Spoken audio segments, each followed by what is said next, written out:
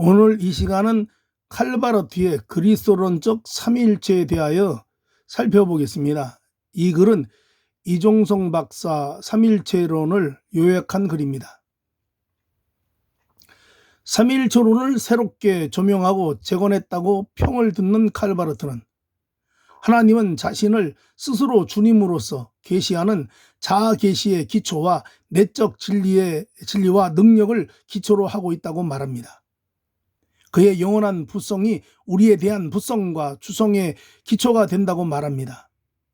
하나님의 무한한 자유는 하나님 자신인 영을 통하여 아버지로서 아들로서 성령으로서 사는 그 존재 안에서 구체적으로 나타나는 자유라고 말합니다. 이것은 하나님은 자신을 계시하는 하나님이며 자신을 통하여 자신을 계시하며 자신이 자신을 계시하는 것을 말합니다. 여기서 계시란 하나님이 직접 사람을 그의 대화의 상대로 실존적 관계로 인정하고 그 사람에게 자신을 밝힌다는 것입니다. 따라서 사람 앞에 서 있는 하나님은 세상에 오신 예수 그리스도이시라는 것입니다. 다시 말해 자신을 계시하는 하나님은 자신을 통하여 자기를 계시하며 자신이 자신을 계시하는 분이 바로 예수 그리스도라고 설명합니다. 즉 하나님은 자신을 주로 계시하시는 주체이며 그리고 계시 그 자체가 예수 그리스도라는 것입니다. 그리고 이런 관점에서 칼바르트는 성경책은 하나님의 주 되심과 우리의 하나님이 되시기 위하여 스스로 아들이 되실 수 있는 자유와 자아 계시에 있어서 계시자인 동시에 계시 자체인 것을 바탕으로 쓰여진 것이라고 말합니다. 따라서 삼위일체론도 예수 그리스도 즉 아들을 중심으로 작성되어 하나님의 하나님 되심을 설명하고 있다고 보는 것입니다. 칼바르트는 하나님은 자신을 영으로도 계시하는데 하나님의 영을 아버지와 아들의 영으로서 자신을 계시한다고 보는 것입니다. 따라서 칼바르트는 영이신 하나님을 아버지로 육신을 입고 이 세상에 오신 상태의 하나님을 아들로 부르고 있다고 말합니다. 여기서 아버지와 아들은 모두 믿는 자들의 주가 되시며 예수 그리스도의 신적 능력과 권위와 신성은 아버지 하나님의 주 되심에서 오는 것이라고 말합니다. 계시된 하나님의 말씀의 역사화하는 일이 성령의 사역인데 계시를 객관화하는 것은 하나님의 실제요, 그의 영이요, 그의 존재가 주관적으로 임재하는 것이라는 말입니다. 그래서 본래 하나님의 영으로서는 그리스도의 영이라는 것입니다. 성령은 그 자체가 계시도 계시의 내용도 아니지만 하나님의 말씀을 가르치고 밝혀주며 성령의 사역은 계시 안에서 하나님 자신에게만 들릴 수 있는 일이라고 한다고 말합니다. 이러한 관계는 아들과 아버지의 관계에 있어서 분명한 종속주의이면서 예수님의 주권과 그 주권이 아버지의 주권과 불가분리의 관계에 있기에 그것은 예수 그리스도의 하나님 아버지 주권에 관한 계시를 앞세우기 위한 것으로 이해한다고 말합니다. 칼바르트는 예수님의 주권이 하나님의 주권과 동일하다는 것을 힘써 주장하지만 예수님의 주권은 창조자로서의 하나님 주권과는 다르다는 것을 또한 말합니다. 우리를 향하여 사역한다는 하는 것은 하나님의 주권입니다. 하나님은 직접 우리를 한 인격자로 취급하면서 예수 그리스도로서 우리와의 관계를 갖기를 시도하신다는 것입니다.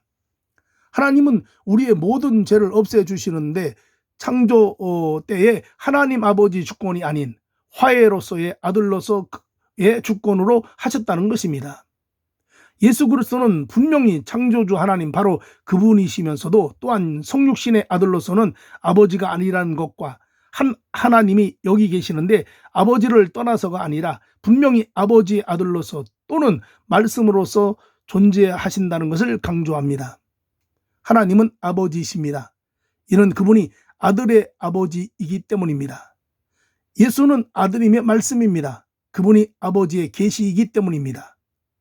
창조와 화해는 우리에게는 전적으로 다른 두 가지 사건이지만 그러나 그 근원에서는 완전히 결합되어 있는 것입니다. 여기에는 종속과 동동이 아버지와 아들의 순서적 질서로서 설정되어 있는데 하나님 아버지의 창조의 질서와 말씀으로서 아들의 화해의 질서에 해당되는 것이라고 설명하고 있습니다. 이처럼 칼바르트는 삼위일체론의 유일한 근거를 밝히려는데 그 목적을 두었습니다. 하나님의 윗격의 복수성을 앞세우고 그의 통일성을 제2차적으로 취급하는 사회학적 삼위일체론을 굳고 반대하는 칼바르트는 성경 안의 모든 단어 언어가 매 순간마다 또는 매 요소 안에 한 분의 하나님으로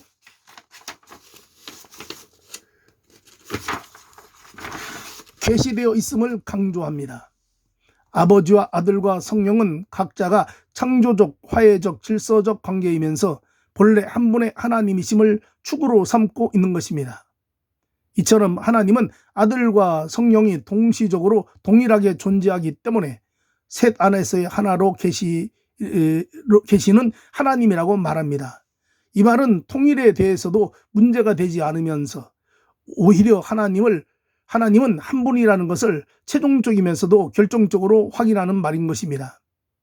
칼바르트는 하나님은 한 분의 하나님이라는 통일성을 하나님의 주권이라는 말로 설명합니다. 신약 성경 전체를 하나님의 단일 사역을 증거하는 것으로 그 단일 사역 안에서 자신을 우리의 주로 화해와 구속 안에서 우리에게 오시는 하나님, 바로 그 자신임을 강조하고 있습니다. 칼바르트는 하나님의 윗격을 하나님의 본질과 연결시킵니다. 그 하나님은 의심할 여지도 없이 한 분의 주요, 한 사역자요, 한 분의 당신입니다. 거기에는 복수의 주가 없습니다. 그리스도의 주권과 아버지의 주권의 경쟁도 없습니다. 하나님의 주권을 하나님의 본질, 신성, 신적 실체, 본체, 본성 또는 실체와 동일시합니다. 단지 삼신론에 빠질 것이 두려워서 그렇게 말하는 것이 아니라 하나님 안에 새 인격이 있다고 하는 것은 우리가 여기서 경계할 삼신론의 최악한 말이며 가장 뚜렷하게 표현한 말이기 때문이라는 것입니다. 하나님 안에 있는 그분이 바로 하나님 자신이며 한 분으로 혼자 계신다라고 보는 것입니다. 하나님 안에 어떤 분별이 있다고 말해야 한다면 그것은 신적 존재와 실체의 구별을 말하는 것이 아니라 하나님의 통일성, 통제론과 삼일체론의 대외 사역의 불분할을 룰로서 설명하려는 것입니다. 더 자세하게 설명한다면 아버지와 아들과 성령이 그들 사이에서 하나라는 뜻입니다. 아버지의 하나의 본성이 그가 아버지로서, 아들로서, 그리고 성령으로서 존재하는 그 실제 안에 진실로, 그리고 분리됨이 없는 실존임의 이해입니다. 칼바르트는 양태론자들과는 다르게 하나님이 아버지와 아들과 성령으로 구별되는 것은 그의 본성에서의 구별이었으며 그 구별에 따라 우리에게 계시되었기에 본체에서, 계시에서, 인간의 경험에서 다 같이 셋으로 이해되고 있을 뿐이라는 것입니다. 양태론과는 달리 그 주님은 우리의 하나님이시며 그 자체의 본질에 근거하고 있으며 그 존재의 양태는 일시적이거나 단순한 현상이 아닌 하나님의 존재의 실체라고 하는 것입니다. 칼바르트에게는 하나님은 그리스도의 아버지로 또한 우리의 아버지로 계시됩니다. 또한 그 아들은 자신이 또한 하나님이십니다. 그 하나님은 스스로 자신 안에서 아버지이십니다. 왜냐하면 하나님의 부성은 신적 본질의 존재의 영원한 존재 양태이기 때문입니다. 이것은 하나님의 관계 개념을 하나로 강조하나 동시에 그 한 하나님 안의 구별도 강조하는 것입니다. 즉, 세 윗격 사이에 있는 각 위 간의 관계와 세 윗격이 한 분의 하나님과 갖는 관계입니다. 전제에 대한 이해가 바르지 않을 때는 다신론이 될 것이요, 후자가 정확하게 이해되지 않으면 군주신론이 될 것입니다.